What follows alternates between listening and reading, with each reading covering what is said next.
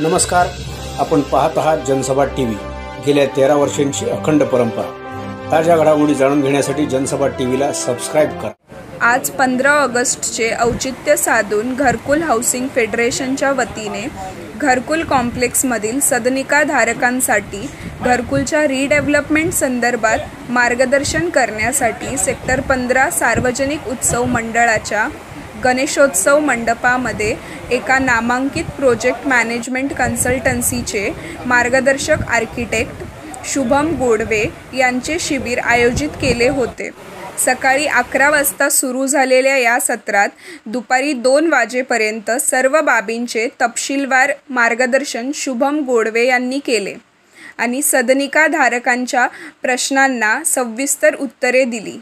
या शिबिरासाठी घरकुल कॉम्प्लेक्समधील ए, बी, सी आणि डी या 4ही कंडोनियममधील पदाधिकारी आणि सभासद मोठ्या संख्येने उपस्थित होते। या सर्व बैठकीचा आढावा जनसभाचे संपादक अप्पासाहेब मगर यांनी या बैठकीला अनुपस्थित असलेल्या सभासदांसाठी आवर्जून घेतला आहे। मान्यवर पदाधिकारी, सभासद, त्याचप्रमाणे महालक्ष्मी, कुंजविहार, मातृछाया आणि मकरंद विहार या 4ही सोसायट्यांचे सर्व पदाधिकारी आणि सभासद बंधूंनो, त्याचप्रमाणे या घरकुलमधील विविध सामाजिक संघटना, त्या संघटनांचे सर्व पदाधिकारी आणि सर्व सभासद, आपणा सर्वांना आज भारतीय स्वातंत्र्य दिनाच्या हार्दिक शुभेच्छा।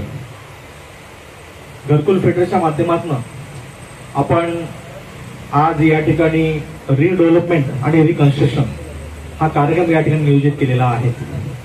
या कार्यक्रमासाठी मार्गदर्शक म्हणून आर्किटेक्ट शुभम गोडवे जे म्हाडामध्ये कार्यरत आहेत आणि रिडेव्हलपमेंट आणि रिकन्स्ट्रक्शन या विषयावर त्यांचा गाढा अभ्यास आहे।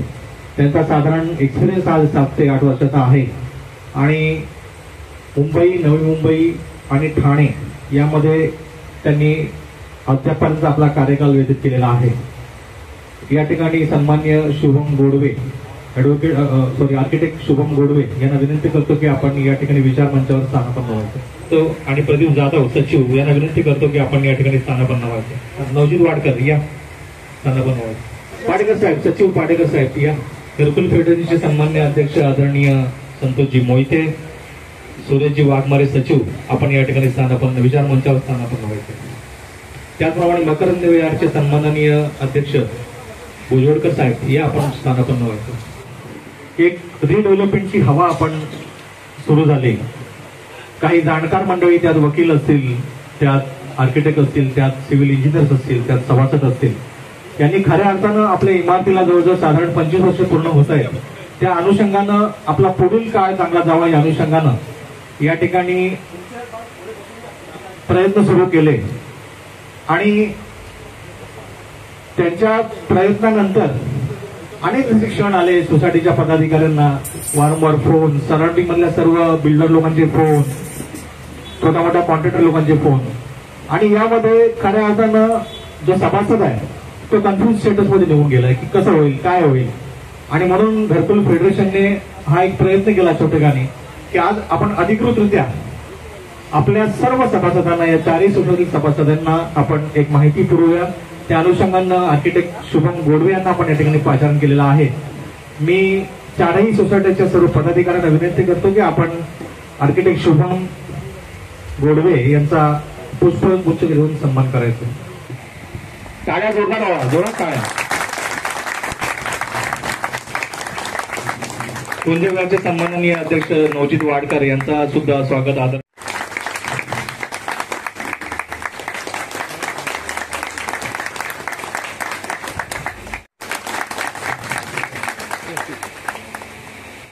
मंडळ होतं ज्या मंडळाने या ठिकाणी घरकुल रिडेव्हलपमेंट संदर्भात आपले विचार रुजवण्यासाठी प्रयत्न केला। त्यांचे बोर्ड सतत लागत असतात। घरकुल फेडरेशनच्या अनेक सोसायट्यांच्या अनेक लोकांच्या एक म्हणणं होतं की बाबा हे काय करतात, परंतु त्यांनी एक मुहूर्तमेढ रोवलेली आहे। त्या ठिकाणी त्याची सुरुवात या ठिकाणी सन्माननीय एकनाथ आपले JP खारगे सर यांनी केली। मी JP खारगे सरांना विनंती करतो या ठिकाणी यायचं आहे आणि आपल्या सर्व सहकार्यांसह यायचं आणि आपला सन्मान स्वीकारायचा आहे। Good morning. सगळ्यांना स्वातंत्र्य दिनाच्या शुभेच्छा. तर आज आपण इथे घरकुल सोसायटी सेक्टर 15 त्याच्या रिडेव्हलपमेंट प्रोग्रामसाठी इथे उपस्थित आहोत. तर मी माझं शॉर्ट इंट्रोडक्शन देईन सगळ्यांना. मी आर्किटेक्ट आहे आणि माझ्याकडे टोटल 8 वर्षाचा एक्सपिरियन्स आहे. मी आत्तापर्यंत माझ्या वर्क एक्सपिरियन्समध्ये माडाचे रिडेव्हलपमेंट्स, सेस बिल्डिंगचे रिडेव्हलपमेंट्स आणि क्लस्टर डेव्हलपमेंट याचे प्रपोजल्स डिझाईन केलेले आहेत. आणि ठाणे रिजन, ठाणे सिटी तिथे काही प्रपोजल्स डिझाईन केले आहेत जे की आम्ही बिल्डर्ससाठी डिझाईन केलेले आहेत. ऑफकोर्स हे सगळे माझे प्रोजेक्ट्स नाही आहेत, बट कुठेतरी मी ह्याच्यामध्ये कॉन्ट्रीब्युशन केलेलं आहे, म्हणजे बायलॉज आणि फिजिबिलिटी ह्या सगळ्या पद्धतीमध्ये. आणि करंटली मी आभा नारायण लांबा असोसिएट्स यांच्याकडे काम करत आहे, यांच्याबरोबर, जिथे हेरिटेज डेव्हलपमेंट होते आणि रिडेव्हलपमेंटचे प्रोजेक्ट्स पण घेतले जातात. तर असा माझा एकंदरीत डिझाईन आणि रिडेव्हलपमेंटचा एक्सपिरियन्स आहे. तर नवी मुंबईमध्ये येण्याचं कारण म्हणजे मुंबईमध्ये माझं काम करून झालेलं आहे, ठाण्यामध्ये आम्ही एक्झिक्युशन्स केलेले आहेत. तर त्या हिशोबाने नवी मुंबई हे सिडकोची ऑथॉरिटी असल्यामुळे इथे काही लॉजमध्ये फरक असतात, जे स्टडी करणं आपल्या सगळ्यांचा भाग आहे आणि ह्याची योग्य माहिती देणं हे माझं काम आहे. तर आता मी तुम्हाला बेसिक माहिती द्यायला स्टार्ट करतो. तर मी पहिले थोडी मी तुम्हाला आता मुंबईबद्दलची माहिती देईन थोडीशी. आता मुंबईमध्ये कसं होतं की प्रत्येक जे लँड आहे ते वेगळं आहे, ऑथेंटिक आहे. म्हणजे एक पीस ऑफ लँड, एक छोटासा जमीन, त्याच्यावर 1000 फॅमिली असतात, म्हणजे टेनेंटच्या हिशोबाने. छोट्या म्हणजे बिल्डिंगी मिल वर्करच्या हिशोबाने बनवलेल्या असतात, त्याचे स्क्वेअर फीट एरिया छोटे असतात. त्यामुळे गव्हर्नमेंटला जेव्हा गोष्टी डेव्हलप करायच्या असतात ते लोक मोठे FSI प्रोव्हाइड करतात, तुम्हाला स्कीम प्रोव्हाइड करतात, पुन्हा पुढे डेव्हलपमेंट करायची असते. त्या हिशोबाने ते रस्त्याचे एरिया वगैरे कन्सिडर करून मोठ्या स्कीम्स देतात. आणि प्रत्येक प्लॉट ह्याचा लँड यूज वेगळा असल्यामुळे त्यांना त्याच्या डेव्हलपमेंटसाठी कन्सेशन्स द्यावे लागतात. आणि डिझाईन केल्यावर अप्रुव्हल आणि CCच्या वेळेला पण तेवढेच ते लोक कन्सेशन्स अप्रूव्ह करतात, कारण त्यांना ती डेव्हलपमेंट एक्झिक्यूट करायची. पण जेव्हा आपण ठाणे किंवा नवी मुंबई सारख्या जागेवर येतो, आपल्याकडे लँड अवेलेबिलिटी खूप असते. आणि जसं आपण आपलं घरकुल सोसायटी बघतोय, लँड एरिया खूप मोठा आहे आणि आपली बिल्डिंग्स खूप स्प्रेड आउट आहे. म्हणजे एक बिल्डिंग मध्ये म्हणजे जेवढा पर स्क्वेअर मीटर किंवा स्क्वेअर फीट एरिया आपण कंझ्युम करतो तो नवी मुंबईमध्ये जास्त आहे. एकंदरीत सांगायचं झालं म्हणजे जागा जास्त आहे नवी मुंबई. दुसरा भाग म्हणजे की मुंबई जे आहे हे जुनं शहर असल्या कारणाने मुंबईची एक जनरेशन ऑफ बिल्डिंग्स पास झालेली. रिडेव्हलपमेंटचा बेसिक रूल काय असतो, 30 वर्ष झाले बिल्डिंगला. RCC बिल्डिंग ज्या असतात, आता इथे कोण इंजिनियर असतील आपल्या तर त्यांना माहित असेल, RCC बिल्डिंगचा लाईफ स्पॅन हा 70 ते 90 वर्षापर्यंत असतो मॅक्सिमम. पण रिडेव्हलपमेंटचा रूल काय म्हणतो, 30 वर्ष झाले की आपण रिडेव्हलपमेंटसाठी अप्लाय करू शकतो. आता मुंबई जुनं शहर असल्या कारणाने त्यांची 1-2 जनरेशन पास झालेली रिडेव्हलपमेंट करणार. नवी मुंबई हे नवीन शहर असल्या कारणाने 1970 मध्ये एस्टॅब्लिश झालं असल्या कारणाने ही सिटी नवीन आहे रिडेव्हलपमेंटसाठी. तर आता जर आपण हे एक्झिक्यूट करतोय रिडेव्हलपमेंट प्रोजेक्ट आजच्या स्टेजला, तर आपण कुठेतरी एक्झाम्पल सेटिंग बनू शकतो. आता सिडकोचे काही बायलॉज असतात, आता ह्याच्यामध्ये काही कॅटेगरीज असतात. तर सिडकोचे काही बायलॉज असतात, ठीक आहे. तर आणि त्याच्यात हाऊसिंग कॅटेगरीज पण असतात. जसं की काही लोकांचे इंडिव्हिज्युअल हाऊसेस असतात, छोटे घर, बंगलो, स्टील प्लस 1, 2, 3. त्याच्यानंतर low cost housing, economically weak section, EWS. त्याच्यानंतर MIG, HIG हे प्रकार येतात. काही इंडिव्हिज्युअल प्लॉट्स असतात जे लोकल डेव्हलपर्स स्वतःहून डेव्हलप करतात, प्रेफर करतात आर्किटेक्ट्सकडे जाऊन इंडिव्हिज्युअल प्लॉट डेव्हलपमेंट करायची. आता हा प्रकार खूप होत आलाय आपल्या नवी मुंबईमध्ये. जसं नेरूळ, सीवूड्स वगैरे हे सगळे काही काही छोटे विलेज एरियाज आहेत, त्यांना गावठण म्हणून डेव्हलप केलं जातं, कंजेस्टेड एरियाज म्हणून. पण आता आपला प्लॉट एक मोठा एरिया असल्या कारणाने, जो की 4000 स्क्वेअर मीटर्स पेक्षा मोठा आहे, ठीक आहे. तर आणि त्यात 4 क्लस्टर्स आहेत आपले. तर हे कुठेतरी आपण लक्षात घेतलं पाहिजे की आपला प्लॉट थोडा म्हणजे स्पेशलच म्हणता येईल आपल्याला. जसं की मुंबईमध्ये आपण एक्झाम्पल्स बघतो आजकाल, BDD चाळ आहेत, धारावी आहेत, हे सगळे कसे एक्सक्लुझिव्ह, ह्यांचे लॉजच वेगळे आहेत. तर ह्यांना डेव्हलप करायला टाइम जातो. पण ह्याच्यात पण काही असतात, जसं व्यावसायिक असतात, काही रेसिडेन्शियल असतात, त्यांना कन्व्हिन्स करणं किंवा ती जी प्रोसेस आहे ज्याच्यामध्ये अनइक्वल डिस्ट्रीब्युशन आहे गोष्टीचं आणि त्याला अप्लाय होणारे लॉज, हे सगळं आयडेंटिफाय करण्यात खूप वेळ जातो. तर हे पण त्या पद्धतीनेच आहे की आपल्याला कन्सिडर करावं लागेल की आपला एरिया खूप मोठा आहे आणि आपण योग्य ते PMCs निवडले पाहिजे. आणि सगळ्यात बेसिक म्हणजे आपल्या सगळ्यांना हे कायदेशीर माहिती झाल्या पाहिजे गोष्टी, की आपण किती डेव्हलप करू शकतो, केवढं एरियाज आहे, काय कसं, हे बायलॉज समजून घेणं खूप महत्वाचं आहे. तर मी तुम्हाला बेसिक आजच्या दिवसाला प्लॉट बद्दलची माहिती देईन. म्हणजे आता आपल्याला हा प्रश्न येणारच सगळ्यांना की मला किती एरिया मिळणार, हा प्रत्येक रिडेव्हलपमेंटचा प्रश्न असतो.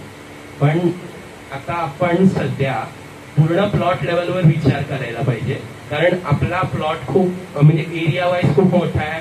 प्लस फ्युचरमध्ये आपल्याकडे एअरपोर्ट येणार आहे आणि प्राईम लोकेशन आहे. आपल्याकडे मेट्रो स्टेशन आहेत, आपल्याकडे हायवेज आहेत, हायवे टच प्लॉट्स आहेत आपले, आणि मेजर सिटीजला कनेक्टिव्हिटी. तर कसं असतं, जेव्हा आपल्याकडे मेजर रोड्स डेव्हलपमेंटसाठी असतात आणि इन्फ्रास्ट्रक्चर येतो, तेव्हा काही आपल्याला बेनिफिट्स असतात. पण जर आपण आपले प्लॉट्स इंडिव्हिज्युअली डेव्हलप करायला लागलो तर आपल्याला ते ऍडव्हान्टेज मिळत नाही. जसं की आपलं घरकुल सोसायटी तुम्ही बघितलं, हे एक टायपोलॉजी ऑफ हाऊसिंग. ह्याच्यामध्ये इंटरनल रोड्स येतात 6 मीटर टाईपचे आणि त्याला एक ओपन स्पेस असते. आपल्या घराबाहेरचे जे वरांडा किंवा एक जागा म्हणू शकतो आपण. नवी मुंबई ही सिडको प्लॅनिंग अथॉरिटी मध्ये जमा होतो आपला प्लॉट, ठीक आहे. नवी मुंबई म्युन्सिपल कॉर्पोरेशनचे वेगळे लॉज आहेत, ते स्वतःच्या पद्धतीने काही डेव्हलपमेंट करतात. जे सिडको प्लॅनिंग अथॉरिटी मध्ये येतं त्याच्यासाठी काही वेगळे लॉज आहेत. त्याच्यामध्ये बरेचसे स्कीम्स पण येतात, हे आपण आधी लक्षात घेऊया. त्याच्यानंतर नैना म्हणून एक प्रकार असतो जो एअरपोर्ट अथॉरिटीच्या असोसिएटेड आहे. नॅशनल एअरपोर्ट आयडेंटिफिकेशन अँड काहीतरी आहे त्याचा फुल फॉर्म सांगायला. तर ह्याच्यामध्ये काय केलेलं आहे, त्यांनी TPS प्लॅनिंग स्कीम डेव्हलप केलेले आहे, ज्याच्यामध्ये काही किलोमीटर्सचा एरिया आयडेंटिफाय केला एअरपोर्ट अथॉरिटी. त्याच्यात ते लोक इन्फ्रास्ट्रक्चर डेव्हलपमेंट करणार फ्युचरसाठी. तर आता हे 3 प्रकार आहेत नवी मुंबईसाठी स्पेशली. तर आपण आता सिडको बद्दल समजून घेऊया. सिडको कसं आहे, आता ह्याच्यामध्ये तुम्हाला FSI बद्दल एक जराशी माहिती देतो. कोणी ऐकलं FSI बद्दल? सर्वांनी ऐकलं असेल आतापर्यंत, जर आपण डेव्हलपमेंट वगैरे हा प्रकार केलेला आहे, ऐकलंय ह्याच्याबद्दल. तर FSI मध्ये काय होणार, एक बेसिक FSI देतो, एक रेशिओ असतो तो, जो आपला प्लॉट एरिया बरोबर मल्टिप्लाय होतो आणि त्याला ती तेवढी एरिया मिळते आपल्याला आपल्या प्लॉटवर डेव्हलपमेंट करण्यासाठी. आता तुम्हाला लोक बोलतील आम्ही तुम्हाला डबल एरिया देऊ, कितीतरी पर्सेंटेज मध्ये देऊ, तर हे असं काम नाही करत. कसं असतं, प्लॉट असतो, त्याच्यावर एक FSI मिळतो, बेसिक FSI असतो, ठीक आहे. त्याच्यानंतर आपल्याला जे रोड्स असतात, मग आपण कुठल्या एरियामध्ये आहोत, आपण गावठाण एरियामध्ये आहोत, आपण कंजेस्टेड एरियामध्ये आहोत, आपण नॉन कंजेस्टेड एरियामध्ये आहोत, त्या हिशोबाने रोड वेट्स असतात. त्या हिशोबाने आपल्याला एक TDR मिळतो, अप्रूव्ह होतो जेवढा रोड वेट आहे त्या हिशोबाने. आणि तो पण FSI सारखा एक नंबर असतो पर्सेंटेज मध्ये. जर आता नवी मुंबईमध्ये बेसिक FSI 1.1 आहे, मुंबईमध्ये बेसिक FSI 4 आहे काही ठिकाणी. त्याच्यानंतर आपल्याला TDR मिळतो रोडवर. हे एरिया असे पर्सेंटेज वाईज थोडे थोडे वाढत जातात. फॉर एक्झाम्पल, जर 10,000 स्क्वेअर मीटरचा प्लॉट आहे, आपला FSI 1.1 आहे, 1.1 इंटू 10,000, आणि मग रोडचा TDR विथच्या हिशोबाने 0.5 FSI वाढतो. म्हणजे 1 FSI अजून नाही वाढत, 0.5 वाढतो. त्याच्यानंतर एक असतो प्रीमियम FSI. तो आपल्याला गव्हर्नमेंटला पैसे देऊन विकत घ्यावा लागतो, जो आपण पैसे देऊन नाही विकत घेत. ऑब्विसली जो आपण डेव्हलपर अपॉइंट करतो तो हे सगळं बघतो. कारण कसं असतं, आपण रिडेव्हलपमेंट करतो, आपण आपली घरं डेव्हलप करतो, पण आपण स्वतः नाही बनवू शकत गोष्टी, आपल्याला सगळ्या गोष्टी माहीत नसतात. त्यासाठी आपण एक बिल्डर किंवा डेव्हलपर हायर करतो, तो त्याचे प्लॉट्स, तो त्याचे युनिट्स बनवून सेल करतो. आता त्याच्या युनिटसाठी तो एरिया कुठून येणार, तर तो प्रीमियम FSI विकत घेतो. तर हे 3 FSI चे प्रकार असतात. हे ऍड होऊन तुमचा FSI 3 किंवा 4 ला जातो. तर तुम्हाला कोण येऊन जर बोलत असेल, अरे तुमचा प्लॉट एवढा मोठा आहे, तुम्हाला आम्ही एवढा FSI देऊ, 4 देऊ, 5 देऊ, 6 देऊ, एवढी तुमची एरिया वाढेल, हे असं नाही होत. हा FSI तुमच्या प्लॉट साठी असतो. त्याच्यानंतर तुमचे जे घराचे कार्पेट एरिया असतात, आता आपला प्लॉट आयडेंटिफाय झाला, आपली हाऊसिंग आयडेंटिफाय झाली, त्याचा एक कार्पेट एरिया असतो, त्याच्यावर 35% मिळतो आपल्याला. 35% मिळतो आपल्याला त्याच्यावर. हे बेसिक आहे, हे लक्षात घेतलं पाहिजे. आता ह्याच्यावर एक गोष्ट आपण लक्षात घेतली पाहिजे. जर आपण LIG, HIG, MIG कॅटेगरीमध्ये येतो, आता ह्याच्यासाठी अजून गोष्टी असतात. LIG, HIG, MIG ह्यांचं कसं असतं, जर आपली सोसायटी आहे त्याच्यात जर 40% घरे, 40% घरं LIG किंवा EWS मध्ये आली, तर ती सोसायटी LIG मध्ये काउंट होते. तर अशा गोष्टी असतात. प्रत्येक सेंटेन्सच्या मागे एक एक्सेप्शन आहे. जर तुम्हाला कोण काही सांगत असेल की आम्ही तुम्हाला एवढा एरिया देतो, प्रत्येक गोष्टीला काहीतरी एक्सेप्शन आहे. तर हे झालं कार्पेट एरियामध्ये. आणि आता हे मी तुम्हाला नाही सांगू शकत की तुम्हाला एरिया किती मिळणार आता, कारण आपले प्लॉट कॅल्क्युलेशन होणार. आता कसं आहे, आपला हा मोठा प्लॉट आहे. आता इथे मी काही गोष्टी ऐकल्या की आपले 4 टाईप ऑफ क्लस्टर्स आहेत, 4 इंडिव्हिज्युअली डेव्हलप करता येतील. पण त्याच्यात प्रॉब्लेम असा येतो की आपले जे इंटरनल रोड्स आहेत ते छोटे होऊन जातात, त्याचा बेनिफिट आपल्याला घेता येत नाही. छोट्या रोड्स कंजेस्टेड काउंट होतो प्लॉट. पण जर आपण ऍज अ क्लस्टर पूर्ण घेतलं, आपल्या सराउंडिंग रोड जे आहेत ते हायवेज आणि सर्व्हिस रोड आहेत, जे की 12 मीटरपेक्षा मोठे असतात. मग ह्यांना काही कन्सेशन्स असतात, त्याच्यावर TDR आपल्याला मोठा घेता येतो. आणि हा एरिया 40 स्क्वेअर मीटरपेक्षा मोठा, 40,000 स्क्वेअर मीटरपेक्षा मोठा जातो. मग ह्याच्यावर गव्हर्नमेंटचे काही वेगळे स्कीम्स असतात. तर हे सगळं आपल्याला लक्षात घेणं जरुरी आहे. तर त्या हिशोबाने पूर्ण प्लॉट डेव्हलप करणं हा एक चांगला ऑप्शन राहू शकतो. त्या व्यतिरिक्त आपल्याकडे 12,000 स्क्वेअर फीटचे प्लॉट आहे, ते पण आपण डेव्हलप करू शकतो. पण आपल्याला तेवढे बेनिफिट्स त्याच्यात मिळणार नाही. पण दोन्ही टाईपच्या डेव्हलपमेंटमध्ये तुमची कार्पेट एरिया तुम्हाला मॅक्सिमम मिळेल असं नाही. कारण LIG MIG HIG, जर हे आपण समजण्याचा प्रयत्न केला तर ह्यांची एक लिमिट असते कार्पेट एरियाची. जर तुमचं घर 100 स्क्वेअर फीटचं असेल, स्क्वेअर मीटर्स, तर तुम्हाला 300 पर्यंतच एरिया मिळणार. तर ती MIG ची LIG ची लिमिट्स आहेत. हे प्रत्येक हाऊसिंग स्कीमसाठी लिमिट्स आहेत. ओव्हर अँड अबाव त्याच्या काही घ्यायचं असेल तर त्याच्यासाठी वेगळ्या कंडिशन्स असतात. आता हे सगळे ज्या गोष्टी आहेत त्या आपल्या फिजिबिलिटी कॅल्क्युलेशन मध्ये आहे. सिडको तुमच्यामध्ये खूप इंटरफिअर करणार किंवा तुम्हाला त्यांचं ऐकावं लागणार किंवा त्यांचे NOCs घ्यावे लागतील वेळोवेळी, कारण सिडकोनी डेव्हलप करून दिलंय तुम्हाला, त्यांची लँड आहे आणि बहुतेक तुमचं गार्डन पण त्यांनी एक्वायर केलेलं आहे. तर सिडको मध्ये काय होणार, फर्स्ट आपली प्रोसेस राहील की आपण PMC अप्रोच करणार पहिली गोष्ट, आणि त्याहून आधी आपण आयडेंटिफाय करणार की आपली घरं एलिजिबल आहेत का रिटर्न. तर अशा 3-4 गोष्टी असतात, जसं की तुमचं हाऊसिंग डेंजरस किंवा डिलॅपिडेटेड मध्ये डिक्लेअर झालं पाहिजे, किंवा काहीतरी नॅचरल कॅलॅमिटी किंवा त्यामध्ये आलं पाहिजे. आणि जर तुमच्या सोसायटीला 30 वर्ष झाले असतील त्यानंतर आपण डेव्हलपमेंटला अप्लाय करू शकतो. पण आपण ही जी पूर्वतयारी केलेली आहे ती पण करता येते आपल्याला, त्यात काही प्रॉब्लेम नाहीये, कारण ह्या प्रोसेसेसला खूप वर्ष जातो. आणि सिडकोची NOC मिळवणं महत्वाचं असतं. सिडकोनी आयडेंटिफाय केलं पाहिजे की आपली प्रॉपर्टी रिडेव्हलपमेंटसाठी एलिजिबल आहे. तर तशी आपल्याला सिडको NOC देते, जे की आपल्याला नवी मुंबई म्युनिसिपल कॉर्पोरेशनच्या डेव्हलपमेंटमध्ये गरज नसते. आपण डायरेक्ट PMC अपॉइंट करू शकतो, मग आपण डेव्हलपरकडे ऑप्शन बघू शकतो. स्ट्रक्चरल ऑडिट करणं महत्वाचं असतं सगळ्यात आधी, आणि मग ते आयडेंटिफाय होणार की आपली बिल्डिंग कुठल्या कॅटेगरीमध्ये येईल.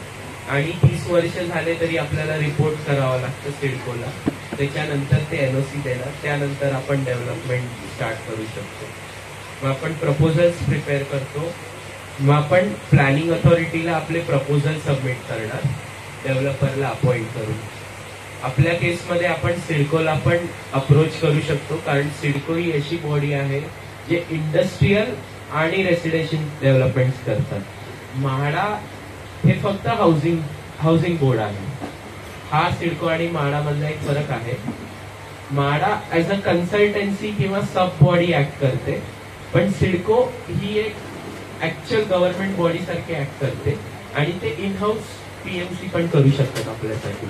तर ह्या गोष्टी आपल्याला हे फरक समजून घेणं गरजेचं आहे.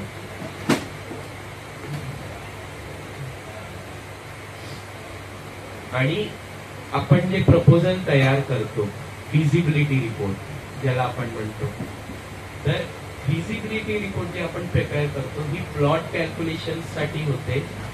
ही तुमचे FSIs तुम्हाला कुठले कुठले घेता येतील जे आपण सगळ्यात आधी डिस्कस केलं, परमिसिबल FSI आणि रोडचे TDR. ह्या गोष्टी आपण लक्षात ठेवल्या पाहिजे की आपल्याला आपल्या रोडचे बेनिफिट्स मिळतात ज्या एरियामध्ये आपण राहतो त्याचे, आणि आपल्याला एक्स्ट्रा FSI घेता येतो. हे गोष्टी आपल्याला तेव्हा करता येतात जेव्हा आपला प्रपोजल सिडको अप्रूव्ह करतो आणि एडिशनल FSI आपल्याला घ्यायचा असतो, जो आपल्याला आपल्या प्लॅनिंग अथॉरिटीकडनंच घ्यायला लागतो, जो की सिडको आहे. तर आपण आपल्या लेवलला फक्त समजून घेऊ शकतो की आपण एवढा FSI कन्झ्युम करणार आहोत, कारण आपल्याला आपले एरियाज माहिती आहेत किती आहेत. ते शिफ्ट केलं जातं, म्हाडाच्या केसमध्ये कधी कधी ट्रान्झिट स्कॅपला शिफ्ट केलं जातं, त्यानंतर आपलं काम ऍक्च्युअल मध्ये स्टार्ट होतं. आता ही जी स्टेज आहे ही खूप सिंपल वाटत असेल तुम्हाला, पण हे एवढा फास्ट होत नाही. ऍक्च्युअल प्रपोजल डेव्हलप करतो आपण, त्याच्यामध्ये आपण सगळे कंडिशन्स बघणार. जसं आपला फर्स्ट प्लॉट एरिया आहे 50,000 स्क्वेअर मीटर्स आपल्या सोसायटीचा. आता मी ह्याच्यात सांगेन की आपण मल्टिपल ऑप्शन्स पण ट्राय केले पाहिजे. 2 प्लॉट घेऊन किती डेव्हलप करता येतं, 4 प्लॉट इंडिव्हिज्युअली डेव्हलप करता येतात, पण सगळ्यात बेस्ट ऑप्शन हाच राहील की आपण 50,000 स्क्वेअर मीटर पूर्ण डेव्हलप कसे करू शकतो. कारण ते एका अर्थाने लँडमार्क प्रोजेक्ट होऊ शकतो सिडकोसाठी किंवा आपल्या रहिवाशांसाठी पण, आणि त्याचे आपल्याला बेनिफिट्स मिळू शकतात. आता आपण जे बोलत आहोत 50,000 स्क्वेअर मीटर बद्दल, तर हे कसं वर्कआउट होतं. आता तुमचे 12,000 स्क्वेअर मीटर वर जे प्लॉट आहेत ते सिंगल प्लॉट्स आहेत. हे आपण डायरेक्ट कॅल्क्युलेशन करून आपण स्टार्ट करू शकतो. पण जेव्हा 50,000 स्क्वेअर मीटर वर प्लॉट येतात तेव्हा एक प्रकार असतो अमाल्गमेशन. त्यात काय होतं, आपण रोड्स जे आतमधले इंटरनल रोड्स आहेत ते कन्सिडर करून सगळे प्लॉट जॉईंट करायला बघतो. तर ह्याच्यात आपले 4 प्लॉट जॉईंट होणार. आणि सगळ्यात महत्वाचं म्हणजे आपल्याला आपल्या प्लॉटची माहिती काढावी लागते. आपल्या प्लॉटचे एरियाज काय आहेत. पहिले सर्वे करून एक एरिया निघतो. आपले 7/12चे एरियाज कन्सिडर होतात आणि एक प्रॉपर्टी कार्डचे एरिया कन्सिडर होतात. ह्याच्यातनं जो सगळ्यात कमी एरिया असतो तो आपला प्लॉट एरिया असतो. आता हा 12,000 स्क्वेअर मीटर हा अप्रॉक्सिमेट प्लॉट एरिया आहे. तर हे आपल्याला आयडेंटिफाय करणं खूप महत्वाचं आहे की आपल्या प्लॉटचा एरिया काय आहे ऍक्च्युअल, आणि आपल्या प्लॉटला रिझर्वेशन काय लागतो.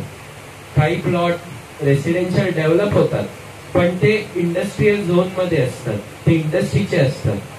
जसं आपण केडीएमसी एरियामध्ये कधी ऐकलं असेल, काही प्लॉट रेसिडेन्शियल साठी दिले गेले पण त्यांनी ते प्लॉट्स फर्दर टेनेन्सी केली, म्हणजे पुढे त्यांनी छोट्या बिल्डिंग बांधून रेंट केल्या पागडी सिस्टमच्या पद्धतीने.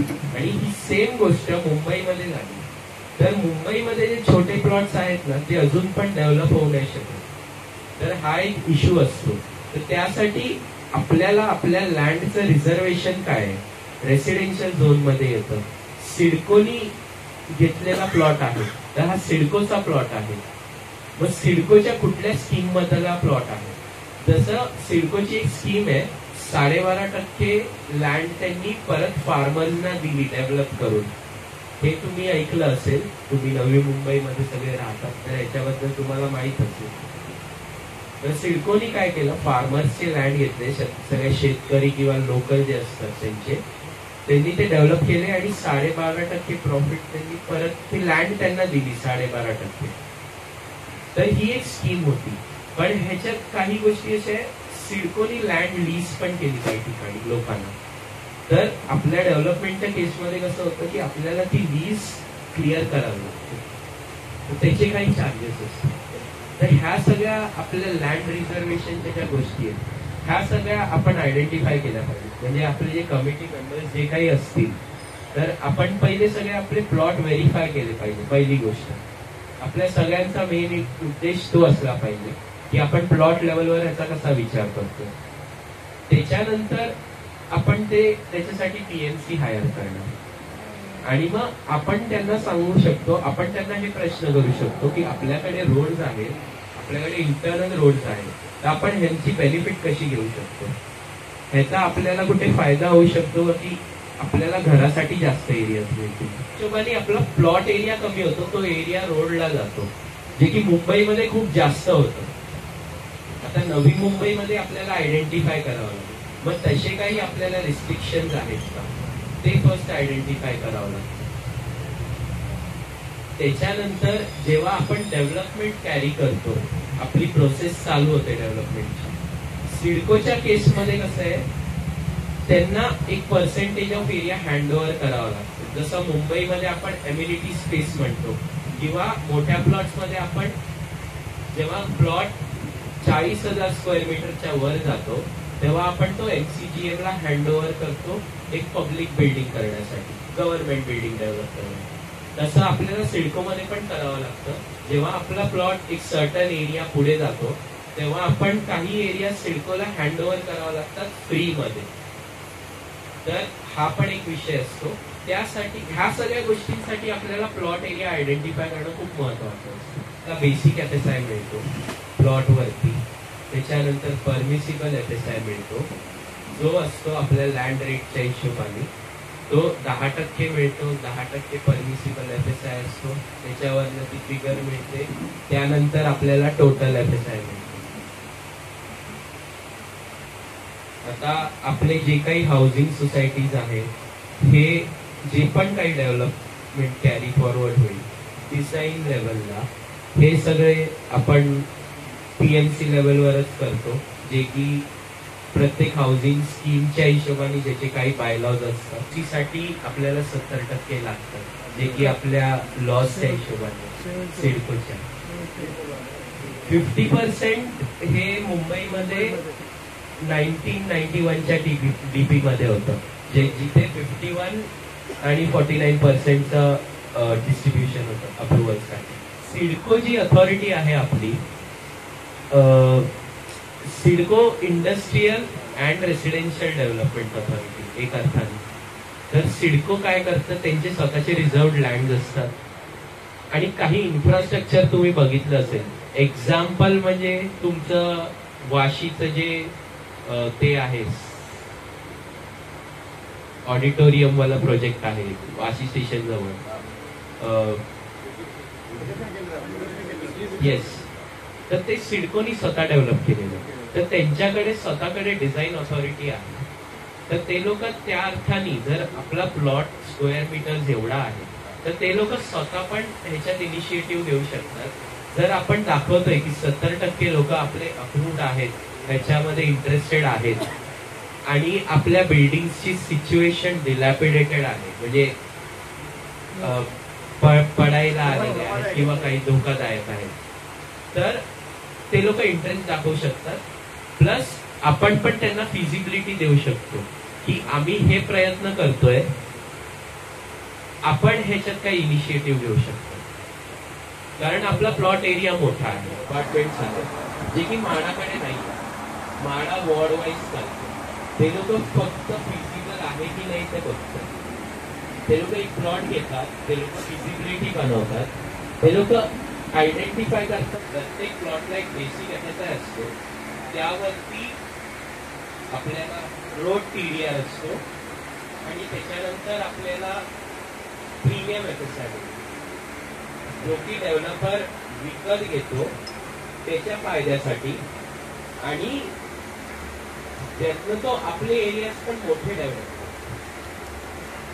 कारण जर आपली बिल्डिंग बघितली G+3, त्याला एक G+3 बिल्डिंग डेव्हलप करून देण्यात काही फायदा नाही, ते पण छोटे युनिट्स. मग तो तुम्हाला एरिया जास्त कसा देणार? मग त्यासाठी त्याला प्रीमियम FSI घ्यावा लागतो. कॅल्क्युलेशन एरिया वाढतो बेसिक FSI, पण त्याला फर्दर सेल आउट करायला तो प्रीमियम FSI घेतो. कितीतरी % आपण सिडकोला प्रोव्हाइड करतो आणि हे सगळे प्लॉट मध्ये डिस्ट्रीब्युशन असतात. मग लँडवर आपल्याला एक पर्सेंटेज ऑफ RG द्यावा लागतो, जे ग्रीन कव्हर आहे आपले, जे गवत आणि झाडं वगैरे, गार्डन स्पेसेस, हे सगळे द्यावे लागतात. तर त्यासाठी त्यांना FSI कन्झ्युम करावा लागतो. काही ठिकाणी त्यांना फ्लोअरवर हाय जावं लागतं, ते जमिनीवर स्प्रेड आउट नाही होऊ शकत. तर ते लोक 3 प्रकारचे FSI घेतात. एक परमिसिबल FSI जो की जो प्रीमियम असतो, त्याच्यानंतर ते लोक TDR घेतात आणि आपला बेसिक FSI 3 FSI असतो. त्याच्यानंतर एक ॲन्सिलरी FSI म्हणून प्रकार असतो जो मोठ्या प्लॉट एरियासाठी असतो आणि त्याच्यात पण रोड विड्थ कन्सिडर केले जातात. तो पण काही पर्सेंटेजनी जास्त असतो. तर मी सरांबरोबर 2 टेबल शेअर करेन FSI बद्दलचे. तर त्याच्यामध्ये त्यांनी एक FSI चार्ट दिलेला है. डेवलपमेंट के बारे में व्हाट इज द एक्चुअल प्रमाण we are given process, we are given some process. उसमें Madhurchhaya cooperative society not only that 4 societies are there. त्या सोसाइटी में कम से कम 1 society 24 units. So it is near about 96 buildings are. 1 building accommodate 16 flats. जेव्हा आपण developers कडे जातो किंवा फॉर एक्झाम्पल PMC कडे तुम्ही येता, जेव्हा आर्किटेक्ट कडे वगैरे, ही गोष्ट ते लोक लक्षात ठेवतात की फर्स्टली हाऊसिंग स्कीम मध्ये एरियाज बसतायत का. जसं मी तुम्हाला सगळ्यात आधी सांगितलं, एक 35% आपल्याला मिळतो एक्स्ट्रा, बट ते नॉर्मल हाऊसिंगच्या कंडिशन्स मध्ये आहे. जेव्हा LIG, EWS, MIG म्हणतो त्यांचा एक कॅप असतो एरियाचा. म्हणजे जर LIG म्हटलं की ते लोक 300च्या वर नाही जात. बट जसं त्यांचा एरिया मोठा आहे तो LIG मध्ये काउंट होणार असं नाहीये. त्यांचा एरिया, त्यांची बिल्डिंग वेगळ्या कॅटेगरीमध्ये काउंट होईल with respect to plot size and carpet area. मग त्यांना त्या हिशोबाने एक्स्ट्रा एरिया मिळतो. आणि जेव्हा डिझाईनचं आपण म्हणतो, जेव्हा बिल्डिंग ऍक्च्युअली बनायला स्टार्ट होतात किंवा डिझाईन ड्रॉइंग तयार व्हायला चालू होतात, त्यांचे लेआउट्स वेगवेगळे बनतात. जसं समजा आपल्याकडे कुठली घरं 350 स्क्वेअर फीटची असते फॉर एक्झाम्पल, काही घरं 450 स्क्वेअर फीटची असते, काही घरं 600 स्क्वेअर फीटची असते. तर हे वेगवेगळे बिल्डिंग बनतात त्यांचे एरियाज वेगळे असतात, त्यांचे बिल्डिंग वेगळे बनतात, त्यांचे युनिट्स वेगळे असतात. कधीतरी पोडियम किंवा शॉपिंग सेंटरनी करायचं. तर आपण ह्या गोष्टीची आता काळजी करण्याची काही गरज नाहीये. आपण जर प्लॉट लेवलवर जेव्हा इनिशिएटिव्ह घेतो तेव्हा ऑटोमॅटिकली आपले एरियाज किंवा बेनिफिट्स वाढत जातात. मी जसं सांगितलं की आपल्याला रोड कन्सिडरेशन मिळतात, आपल्याला इन्फ्रास्ट्रक्चरवरचे बेनिफिट्स मिळतात, हे सगळ्या गोष्टी असतात. आपण ते लक्षात घेतो. डेफिनेटली तुम्हाला स्क्वेअर फीट एरिया जास्त मिळणार तुमच्या घराच्या हिशोबाने. आणि एक इन्सेंटिव्ह प्रकार असतो. इन्सेंटिव्ह हा पर्सेंटेजच्या हिशोबाने मिळतो, जो की आपल्या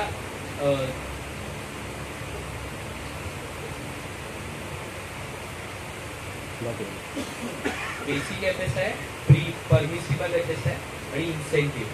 तर त्याच्यात पर्सेंटेज वाईज आपल्याला इन्सेंटिव्ह मिळतो, बॅलन्स आउट होतात त्या गोष्टी. जसा लँड रेट असतो, लँड रेट कमी जास्त असला तर इन्सेंटिव्ह कमी मिळतो, लँड रेट कमी असला तर इन्सेंटिव्ह जास्त मिळतो. तर ह्या सगळ्या गोष्टी असतात. ते एरियाज कुठेतरी बॅलन्स आउट होतात आणि तुमचा कॅपच्या वर एरिया जात नाही याची काळजी घेतली जाते या डेव्हलपमेंटच्या वेळेला. फक्त ते कॅटेगरायझेशन असतं स्कीम्सचं, हाऊसिंग स्कीम्सचं, ते आयडेंटिफाय झालं पाहिजे. परत जेव्हा आपण फिजिबिलिटीज बनवतो, जसं आपण सांगितलं की आपण एक पूर्ण प्लॉटची फिजिबिलिटी बनवतो आणि नंतर पार्ट प्लॉटची पण आपण ट्राय करणार. पण जसं मुंबईमध्ये काय होतं की सेस बिल्डिंग असतात, त्यांना 33(7) म्हणून एक रेग्युलेशन असतं, त्याच्या हिशोबाने डेव्हलपमेंट होते. पण सोसायटीवाले काय करतात, ते लोक सोसायटीचं 33(9) रेग्युलेशन पण ट्राय करून बघतात की आपल्याला कुठल्या रेग्युलेशननी डेव्हलपमेंट चांगली होते. तसं आपल्या केसमध्ये पण आपण आयडेंटिफाय करू शकतो की ऑल्टरनेटिव्ह कुठली रेग्युलेशन आहे का. म्हणजे कंजेस्टेड हाऊसिंगचं एक रेग्युलेशन आहे आणि LIG MIGचं एक रेग्युलेशन आहे आणि सिडकोची पण टाउन प्लॅनिंग स्कीमची काही रेग्युलेशन असेल. तो एक मोठा गॅप असतो आणि तिथे आपल्याला प्रॉब्लेम फेस करावे लागतात. पण हे आपल्याला नाही करावे लागेल, हे आपला डेव्हलपर बघतो, जे आपलं OC/CC होतं त्याच्याने. हा लँड साध्या भाषेत किती एकराचा आहे, किती गुंठ्याचा आहे आम्हाला कुणाला माहीत नाही. आमच्या कंपाऊंडपासून किती जागा आहे हे आम्हाला माहीत नाही. तुम्ही म्हणतो सांगितलं तर जर तुम्ही सर्वांनी मिळून डेव्हलप केलं तर तुम्हाला जे बाहेरचे रोड आहेत 12 मीटरचे त्याचा बेनिफिट मिळेल. जर Aनी वेगळं केलं, Bनी वेगळं केलं, Cनी वेगळं केलं तर तुम्हाला त्याचं नुकसान होईल. मग हा लँड पूर्णपणे आमची एक फेडरेशन आहे, त्या फेडरेशनमध्ये जे सभासद आहेत त्यांच्या ताब्यात हा लँड आल्यानंतर आम्हाला सिडको किंवा म्हाडाकडून विकसित करण्याची गरज नाही. आम्ही आमचा प्रायव्हेट बिल्डर्ससुद्धा लावू शकतो. आणि मग ह्या बाकीचे ज्या क्रिटिकल प्रश्न आहेत, कोणाला किती घर द्यायचं, कोणाला कसं घर द्यायचं, तर आमचा मूळ मुद्दा आहे तर आमची घरं 200ची आहेत, 400ची आहेत, 600ची आहेत, तर आमचा प्रश्न आहे तो. आमचा लँड जो आहे संपूर्ण हा लँड जो आहे हा किती गुंठ्याचा, किती एकरचा किंवा किती स्क्वेअर मीटरचा आहे आणि त्याच्यावरती FSI आम्हाला किती मिळेल ही माहिती आम्हाला मिळणं गरजेचं आहे. डेव्हलपमेंट करता पहिला आपल्याला काय करावं लागेल, या जागेची मालक कोण आहे, सिडको आहे. तर का जोपर्यंत ती कन्व्हिन्स्ड होत नाही तोपर्यंत आपण याचा विचारच करू शकत नाही. तर तुम्ही ते करायला पाहिजे. त्याच्या संदर्भात आम्हाला पहिलं तुम्ही मार्गदर्शन. ओके.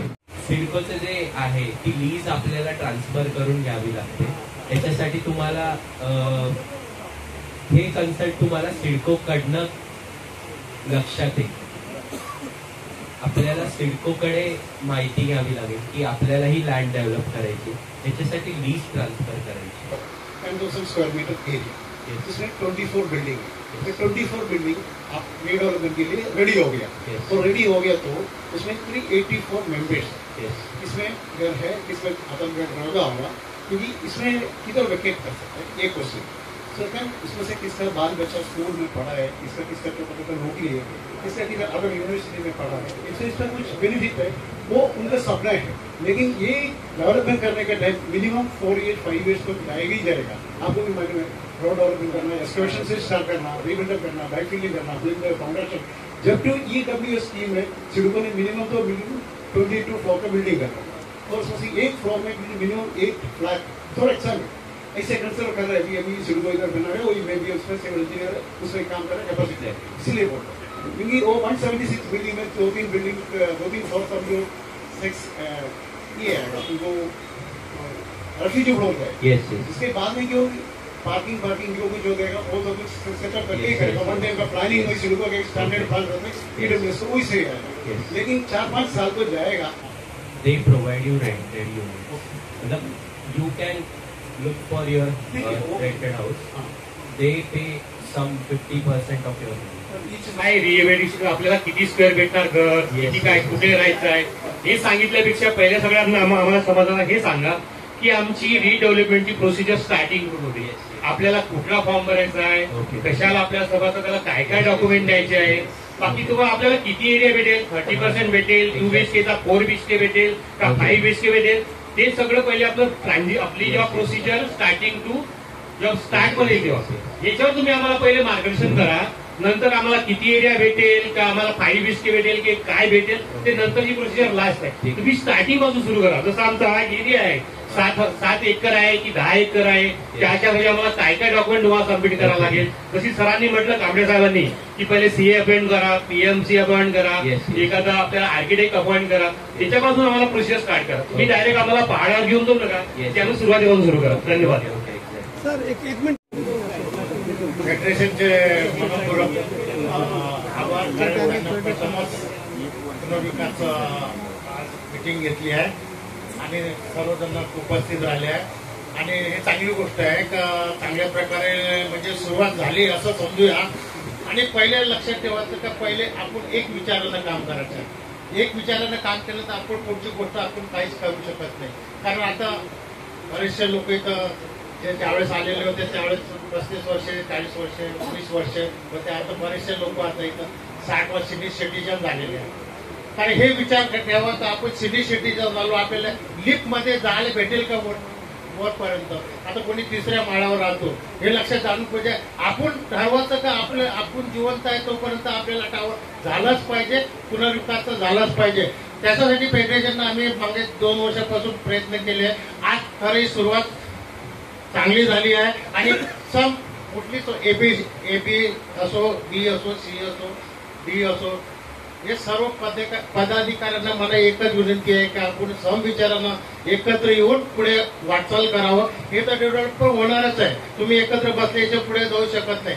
आतापासून आपण एवढं भेटणार तेवढं भेटणार, जे गव्हर्नमेंटचे नियम आहेत त्या नियमानंच भेटणार. आपल्याला 30 मीटरचा रोड आहे, 12 मीटरचा रोड आहे, मेट्रोचं फॅसिलिटी आपल्याला या विचारानंच आपल्याला सर्व भेटणार. आपण आताच विचार केला का आम्हाला एवढं ते बिलकुल नाही. गव्हर्नमेंटचा जो रूल आहे त्या रूलच्या हिशोबाने आपल्याला घरं भेटणार आहे. त्याच्यासाठी आपल्याला चांगले PMC निवड करायची आहे आणि फेडरेशन पूर्ण विश्वास ठेवायचा आहे तर आपल्याला पुनर्विकासला फेडरेशनच घेऊन जाऊ शकतो हे लक्षात ठेवायचं. पहिले एक विचारानं सर्व लोक चालायचं आहे आणि आता हे सिनियर सिटीजन झालं. प्रत्येकाची मानसिकता वेगवेगळी पण त्याने सर्व मानसिकता एक जागेवर ठेवून पुढे वाटचाल झाल्याची माझी अपेक्षा आहे. पहिले तर आपल्याला आपली लँड आपल्या ताब्यात करावी लागेल. ठीक आहे. तर ह्याच्यासाठी आपण एक सिडकोकडेच कन्सल्ट करावं लागेल की आपल्याला हे प्लॉट डेव्हलप करायचं आहे आणि ह्याची लीज ट्रान्सफरची प्रोसेस काय राहील. कारण हे ते लोक जास्त सांगू शकतात चांगल्या पद्धतीने, कारण ते लोक ऑथॉरिटी आहे तिकडचे. कारण ती गव्हर्नमेंट बॉडी आहे बेसिकली. आपण ह्याच्यात म्हणजे एक लॉफुल गोष्ट आहे, आपण आपल्या लेवलला या गोष्टी करू नाही शकत. आणि एक चांगली उत्कृष्ट पीएमसी जर आपल्याला बनवायची असेल ओके. तर ती सोसायटीच्याच लोकांमधून बनवणं अति योग्य आहे की मला वाटतं पीएमसी साठी त्या त्या लेवलचे एक्सपर्ट असायला पाहिजे. दोन प्रश्न आहेत, एक सोसायटीचा किती टक्क्याचा रोल पाहिजे एक पीएमसी अपॉइंट करून तिला फायनलाइज करायला, आणि दुसरा प्रश्न एक उत्कृष्ट पीएमसी म्हणजे काय. एक उत्कृष्ट पीएमसी म्हणजे हे बघा, ज्यांनी जे क्वालिफाईड आहेत बट ऑब्वियस, आणि रेकग्निशन एक अर्थाने म्हणता येऊ शकतं, कारण स्केल ऑफ प्रोजेक्ट असतो एक विषय. कारण आपले घरं आहेत एक प्राईम लोकेशनला आणि एरिया मोठा आहे, प्लॉट एरियावर. घरं जरी आपले एक स्कीममध्ये किंवा कॅटेगरीमध्ये येत असली तरी, तर त्या हिशोबाने एक क्वालिफाईड वेल नोन आणि ज्यांनी आपल्या एरियामध्ये कामं केलेली बेसिकली, त्या पद्धतीने तुम्हाला कोणाला ती अप्रोच करावं लागेल. आणि पर्सेंटेज वाईज जे तुम्ही बोलताय, आता हे जे आहे सिडकोकडनं आपल्याला NOC घ्यावी लागते, तो बाय लॉ प्रश्न झाला की 70% लोक लागतात. पण जर एक क्वालिफाईड पीएमसी आपल्या समोर असेल तर लोकांना हरकत नसावी की आपण डेव्हलपमेंट ट्राय करावी. ते केव्हा येऊ प्रश्नच आहे. स्ट्रक्चर ऑडिट किती लोकांनी वाचलं, स्ट्रक्चर ऑडिट म्हणजे काय केलं, रिपेअर केलं, कोणाकडे सर्टिफिकेट आहे रिपेअर केलं होतं कायदेशीर, की जे कदाचित कायदेशीर लागल्यानंतर आम्ही सिडकोला किंवा महानगरपालिका इतर तिकडे देऊ शकू. अशी काही योजना काही कमिटी मेंबरनी ज्या ज्या संस्था आहेत ABCD मध्ये त्यांनी केलेली आहे का पूर्वतयारी, हा पहिला भाग आहे. तर नंतरच्या इतर गोष्टी म्हणजे पहिलं डॉक्युमेंट दिलेलं आणि कोणी कशाचं काय बोलून स्ट्रक्चर आणि ते तुम्ही वाचा, कमिटी मेंबरला सांगा, तुमचे जे आहे ते ABCD वाल्याला बसवा, बाबा असं आपलं नोंद केलेलं आहे. हे रिडेव्हलपमेंट झाल्यानंतर ऐकून घ्या, मला स्ट्रक्चर आणि द्यावं लागतं, आम्ही बरा रिपेअर केली आहे म्हणून सर्टिफिकेट द्यावं लागतं. मग ती बरोबर आहे की नाही आहे ते कसं काय करणार, एवढंच माझं म्हणणं. बरं, त्याच्यामध्ये योग्य ते सोल्युशन द्यावं. जे प्रश्न फेडरेशनच्या मीटिंगमध्ये विचारते प्रश्न इथे कृपया कोणी येऊन विचारू नये. इथे या ठिकाणी आपण एक आर्किटेक्ट पायजारण केले, त्यांना एका वाक्यात जर प्रश्नाने एक वाजून दिलेला आहे, त्याच्यामुळे मला असं वाटतं आपण जास्त प्रश्नोत्तर आणि तेच रिपीट प्रश्न विचारू नका, पाठीसात घ्या. आणि जे प्रश्न मीटिंगमध्ये विचारत ते मीटिंग जेव्हा होतात महिन्याच्या, त्या मीटिंग येऊन आपण ते प्रश्न विचारू. सर्वांना हार्दिक शुभेच्छा. हा जो प्रश्न चालला आहे रिडेव्हलपमेंटचा, यासाठी अय्यप्पा मंदिरामध्ये गायडन्स केलेलं होतं. आता त्यानुसार आज इथे जे प्रश्नावली चाललेली आहे ती पीएमसी नेमण्याची होती. आपण कुठलीही पीएमसी नेमू शकतो, त्याला कुठलंही बंधन नाही. परंतु जो प्रश्न की चावी देणं चावी घेणं, जो जिथे आर्थिक प्रश्न आला तिथे तुमचा रिडेव्हलपमेंटचा प्रश्न रेंगाळत पडणार. आणि त्यासाठी एक पीएमसी आलेली होती आणि त्या पीएमसीने सांगितलं होतं की चावी द्या आणि चावी घ्या, बाकीच्या त्या सगळ्या गोष्टी बघून घेणार. आता राहिलेला आहे प्रश्न तुमचा कोणता, की घरं लहान की मोठी की छोटी, हा सगळा व्यवहार जो आहे हा नंतर होणार आहे. परंतु प्रथमतः तुम्ही त्या अनेक पीएमसी बोला, म्हणजे असं म्हणा नाही की एकच पीएमसी, आपल्याला आपला विश्वास निर्माण करण्यासाठी अनेक पीएमसींना बोलून जी विश्वासार्हता ज्यांच्याकडे मिळेल अशा पीएमसीकडनं सोसायटीने काम करून घेणं महत्वाचं आहे. परंतु हे काम जर रेंगाळलं तर आतले जे स्लॅब आहेत ते पोकळ झालेले आहेत आणि ते कधी कुठे कोसळतील त्यावेळेला सिडको झोपेतून उठेल, आपण झोपेतून उठू आणि त्यावेळेला आपल्याला सिडको रस्त्यावरती बाहेर काढून देणार. अशी अवस्था कोणी आणू नये ही माझी त्यांना सगळ्यांना कळकळीची विनंती. फर्स्ट जनरेशन ऑफ रिडेव्हलपमेंट आहोत असं म्हणता येईल, म्हणजे या भागात जे की नवी मुंबई MMR रिजनमध्ये सेल्फ डेव्हलपमेंट करतात, काही लोक प्रमोट करतात. तिथे त्यांना प्रीमियम्सवर प्राइस कमी दिली जाते. पद्धत सेम आहे, पीएमसी अपॉइंट करावी लागते. फरक फक्त एवढा आहे की डेव्हलपर इन्व्हॉल्ड असतात किंवा डेव्हलपर जे इन्व्हॉल्ड असतात ते त्याचे बेनिफिशियरीज मोस्टली सोसायटीला देतात, अप्लाय करू शकतो redevelopment इररेस्पेक्टिव्ह of structural audit what ever. पण जर आता 25 वर्ष झालेली आहेत, जेव्हा 30 वर्ष झालेली आहेत आपल्या सोसायटीला, त्याच्यानंतर आपण रिडेव्हलपमेंटसाठी अप्लाय करू शकतो. पण त्याच्या आधी समजा 27व्या 28व्या वर्षी काही झालं, देवाच्या कृपेने काही होऊ नये, पण असं जर काही झालं, कोणाला स्लॅब किंवा काही कोसळतं, तर आपण पूर्ण सोसायटीची स्ट्रक्चरल ऑडिट कंडक्ट करू शकतो आणि आपण ते रिपोर्ट्स कोणत्याही क्वालिफाईड सिडको अथॉरिटी किंवा NMMCच्या अथॉरिटी किंवा त्यांच्या टेक्निशियन्सकडनं कंडक्ट करू शकतो आणि ते रिपोर्ट सबमिट करू शकतो. किंवा आपले कुठले टेक्निकल किंवा सर्वेअर वगैरे असतात यांना सर्वे कंडक्ट करून आपण ते रिपोर्ट सबमिट करू शकतो. ही आता ह्याला 30 वर्ष होत आलेली आहेत, पण ही जास्त डिलॅपिडेट झालेली आहे, तर आम्हाला ह्याच्या रिडेव्हलपमेंट ऑप्शनसाठी जायचं. पण ह्याच्यात एक इश्यू कसा आहे माहिती आहे, जर तुमची 96 बिल्डिंग बंद कुठली एक बिल्डिंग पडली असेल, तेव्हा ते लोक बोलतील की तुम्ही एवढा फेजच डेव्हलप करा ना, तुम्ही कशाला असा प्लॉट द्या. त्या योगे आपल्या बिल्डिंग ह्या राहण्याजोगे आहेत, तो आम्ही वागलेला आहे. त्याच्यामुळे स्ट्रक्चरल ऑडिटच्या बाबतीत जे आहे की इमारत धोकादायक असं जे काही गैरसमज पसरवला जातो तसा नाहीये. त्यांनी त्यांची महानगरपालिका फॉर्म झाल्यामुळे त्यांनी तसे एक नोटीस लावले होते की आपापले स्ट्रक्चरल ऑडिट करून द्या. जसं आठवले साहेबांनी सांगितलेलं आहे की 30 वर्ष होत आली, त्यांनी आर्किटेक्चर एक्सपर्टने सांगितलंय हे सगळं तुमच्या PMC वर डिपेंड आहे. अजून कोणाला प्रश्न असतील विचारून घ्या. मला वाटतं सेम असाच कार्यक्रम आज संध्याकाळी 5 वाजता सुद्धा आहे मातृगृहाच्या वतीने, तेव्हा आपण कृपया प्रश्न पुढे येऊन विचारा, माहीत आहे का. आणि प्रश्न आभार प्रदर्शन नको, त्यासाठी ऑथेंटिक ऑथॉरिटी आहे. मला क्वालिफाईड ते तुम्हाला अजून गाईड करतील की हे सगळ्या गोष्टी तुम्ही मिळवू कुठून शकता. मी पण सांगू शकतो तुम्हाला, बट ते लोक काही PMC स्वतः तुमच्यासाठी करू शकतात त्या गोष्टी. आणि असंच तुम्ही या विषयात लवकरात लवकर लक्ष घालावं, तुमच्या पेपरवर्कचा एक टाइम लक्षात घ्यावा, लीज बद्दलची जास्तीत जास्त माहिती काढावी, कारण ह्या गोष्टीला वेळ लागू शकतो. जे पण कायद्याच्या संबंधित गोष्टी राहतील त्याच्याबद्दल जास्त वेळ लागू शकतो.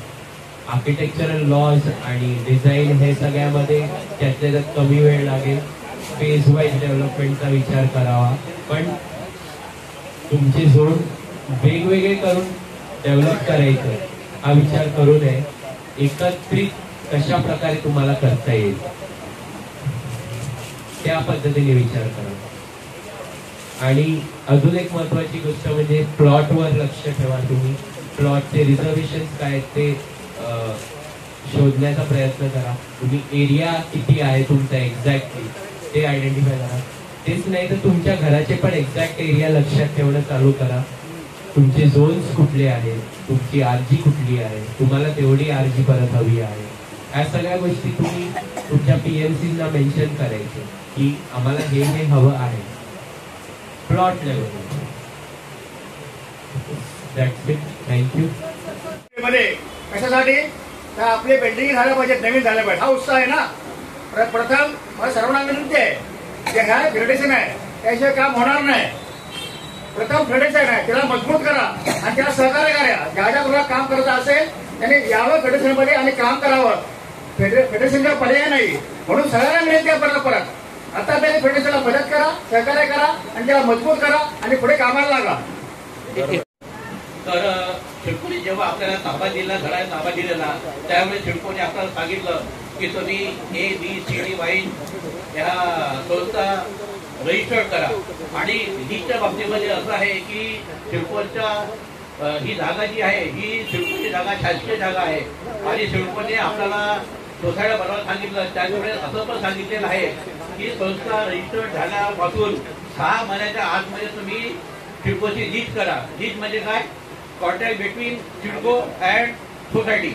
म्हणजे सोसायटीचे जे पदाधिकारी आहेत त्याच्याशी जो जसा आपण एखादा फ्लॅट घेतलेला आहे तर फ्लॅट सोबत आपण काय केलेलं आहे, आपला स्वतःचा त्या व्यक्तीचा आणि सिडकोचा हा करार झालेला आहे. त्याच प्रकारचा जो करार जो आहे लीज ऍक्ट हा आपला जो म्हणजे व्यक्तिगत न होता सिडकोचे जे पदाधिकारी आहेत, कोण अध्यक्ष, सेक्रेटरी आणि कॅशियर हे जे पदाधिकारी यांच्या आणि सिडकोचे जे आहेत, सिडको संस्था जी आहे याचा लीज होणार आहे. तर हा लीज आपल्याला 6 महिन्यात करायचा होता आणि याकरता जे कागदपत्र आपल्याला पाहिजे होते ते आपण बरेच वर्षे जमा सुद्धा केलेले आहेत. आपल्याला सिडकोची लीज करून घेतली म्हणजे जागा जर आपल्या गावात असेल तर आपण कोणत्याही बिल्डरला सांगू शकतो की हे घर आमच्या अति शर्तीवर बांधून द्या. आज काय होईल, हा लीज जर होता तो आपण जर गेलो तर सर्वप्रथम आपल्याला काय करावं लागेल. मी मगाशी म्हटल्याप्रमाणे पहिलाच कार्यक्रम आहे आणि या ठिकाणी एक तरुण तडफदार असा एक आर्किटेक्ट आपण अवेलेबल केलेला आहे. मी सर्वप्रथम आपल्या सर्वांच्या माध्यमातून, फेडरेशनच्या माध्यमातून, 4 सोसायटीच्या माध्यमातून या ठिकाणी आर्किटेक्ट शुभम गोडे याचे आभार मानतो. आपण अतिशय तरुण आहात पण आपण जास्तीत जास्त उत्तर दिली. आपण अजूनही खरं आपण या घरकुलसारख्या प्रिव्हिजन मध्ये आपण अजून म्हणजे तुमच्या ग्रोथसाठी सुद्धा आमच्या ग्रोथसाठी सुद्धा आहे. आज 2025 आहे, साधारण 2030 पर्यंतचा आपला कालावधी आहे. आपण या घरकुल फेडरेशनने जे आपल्याला आवाहन केलं आणि आपण त्या मताने अगदी उत्स्फूर्त प्रतिसाद दिला.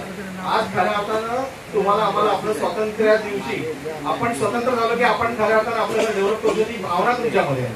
आपण परत एकदा घरकुल फेडरेशनला जर कोणाला आपला पीएमसी आणायचा असेल किंवा कुठला एखादा बिल्डर डेव्हलपर इंट्रोड्यूस करायचा असेल तर निश्चितपणाने फेडरेशनला आपण पत्रव्यवहार करा आणि त्या माध्यमातून आपण नक्कीपणे आजपासून जो सुरुवात केली असा कायमस्वरूपी हा सपाटा लावूया आणि जेणेकरून तुम्ही आणि फसणार नाही. निकृष्ट दर्जाचा राजकीय हस्तक्षेप टाळून हे वाक्य लक्षात घ्या. निकृष्ट दर्जाचा राजकीय हस्तक्षेप टाळून आपण निश्चितपणानं फेडरेशनला अप्रोच करा, सोसायटीला अप्रोच करा. आपण नक्की पुढे वाटचाल करू.